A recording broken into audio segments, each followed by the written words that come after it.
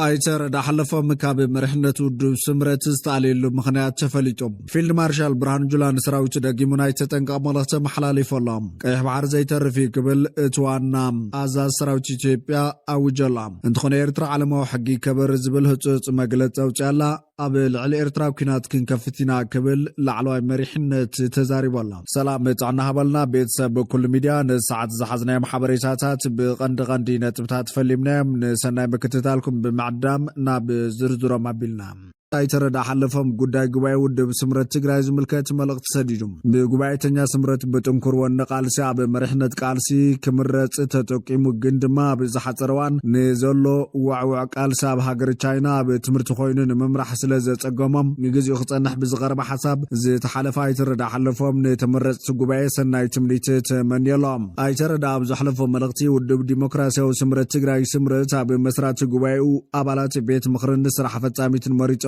زبل خوينم ابزاز يستحلالخ بوليتيكا تግራይን ከባቢያው ኩነታትን ኮንካ معبلتن معريتن تግራይን مغهد ናብ ሓላፍነት መምጻ በሓደ ወገን ከቢድ ጸውራ ምሽካም እንትኾን በተኻሊ መዳይ ድማም ትግራይ አንጸላሊዋ ዘሎ አመና ከቢድ ኩነታት በመፍታሕ ጃምካ ንምጽዋት ዘኽል ዓድል ምርካብውን ይላላም ነዚ ክልተ ብልሕ ዘሎ ኩነታት ተረዲኹም ተስፋ ትግራይ ኣብ ምልምላም እጃምኩም ከምትዋጽ በመእማን ሰናይ ናይ ስራሕ ዘመን ይኹነልኩም ይብል ዝበለች ፖለቲከኛ ናብ መርሕነት ዝመጻ مسبات بهاجن سجات تجرين هزبان بزجبا استوعلكم سجاتا مقنطاتن بهاجا كون مجبارن مسا كل محجاويان سلموان حيلتا تجراي تحاوابيركم كم تصرحوا امنتايلم تجراي كل استواتو زجبر الله كل قعب زي زخون عين السخافة مجنين بمعرن زنبر الله ناي كل تجراي مجبار ودبات بوليتيكا تجراي فولي ولا حتى هيبن كسر حلو جبا قبل دمام القشة محلالي فلام فيلد مارشال برهان جولان سراويتو دقيمونا يتتنقى ملغة محلاليفهم كيح بحر زيتر في قبلت وعنازا سراويت إيجيبيا أو جلام انتخون ايرترا على موحقي كبر زبلهتوت مقلت أو جالام إيجيبيا سلسة نقرات مالت سلام لمعاتنا في دق بحرن كم زدليا فيلد مارشال برهان جولا عصرت حامشة كم تخلتشن عصر شمانتن عم تمرت بمخنيات معلت سراويت تهاقرا بزهابو قال قلي جلام إيجيبيا هفت تفوترا كيت كم زدولي تاريخو تلاتين بوشتاو قونتين خطدهب نزبنات عبدخنة دحرة نختصنح يقبر له كبل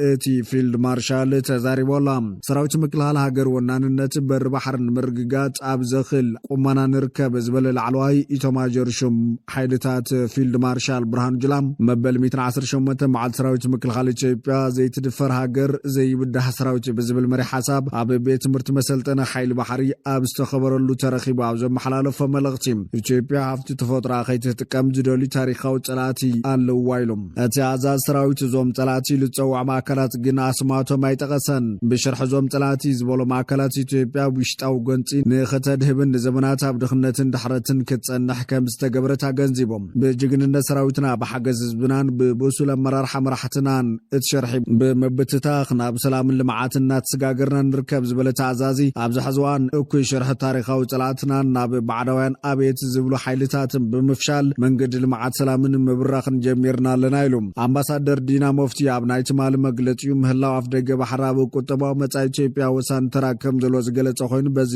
መንጥር ሕቶ ኢትዮጵያ ፍትሃዊ ሕቶ ምዃኑን ኣብ 1982 ዝወጻ አፍደገ ባሕር ንዘይብለን ሃገራት ዝምልከትን ሃገራዊ ሕግውን ንኢትዮጵያ ከም ዝድግፋን በምጥቃስ ድላይ ኢትዮጵያ ኣብ ሰላማዊ ናይ እንካን ሃባን መትከላት ዝሰረተን ናሓብራዊ ማዕባለ ዝዓለመን ምዃኑ ይዝገልጽ ኢትዮጵያ በላዕሊ ጉራብታ ዝኾነ ሃገራት ጸቕጥናይ ምግባር ድሌት ከም ዘይብላ በተረጋጋሚ ግዘ ከም ዝገለጸት ዘዘኻኸረት በዓል ስልጣን ኢትዮጵያ ሓዘጎን ናብ ኩናት ክታቱ ከም ዘይኮነትን ምስ ኤርትራ ዘለዋ ጉዳይ በሽምግልና ክትፈትሖ ከም ትደልን ይዝገልጽ ፊልድ ማርሻል ብርሃኑ ጁላ ቦጎንን ኢትዮጵያን ምፍራስ ዝፈተነ ሓይልታት ፈሪሶም ኩሎም ዓቕሚ ሃገርን ትካላትን ናውስኸ ከም ዝመጽ የመላኺቶም ኢትዮጵያ ናጽነታን ላላውነታን ካብ ወለዶና ወለዶ ንኽትሰጋገር ብዙሕ መስዋዕትነት ከም ዝኸፈለትን ንዝሓለፉ 30 ዓመታት ደቂስናይና حزقين كم هاجر نخين دكس نقحنا عنا زبلة عزازي حتهلون هاجرنا زخون سلام لمعاتن تربحنة بر بحر كنعوتنا يلهم سراوت مكلها الهاجر بمتنخارن سلامنا ونان نتبر بحرنا مرققات أبزخل كمنا نركب دمايل اللام انتخون يرترع علم وحقي كبر زبل هتوت مقلت أو تعلام مقلتي منيستر قدات وتعسمان صالح خمزة ملاخته لو معالم تطلب حد شرعات مسر زي يكون بفتحاون حد حدا ومكبارن لا معرنة ንስተመስረተ ዓለማዊ ስርዓት እዩ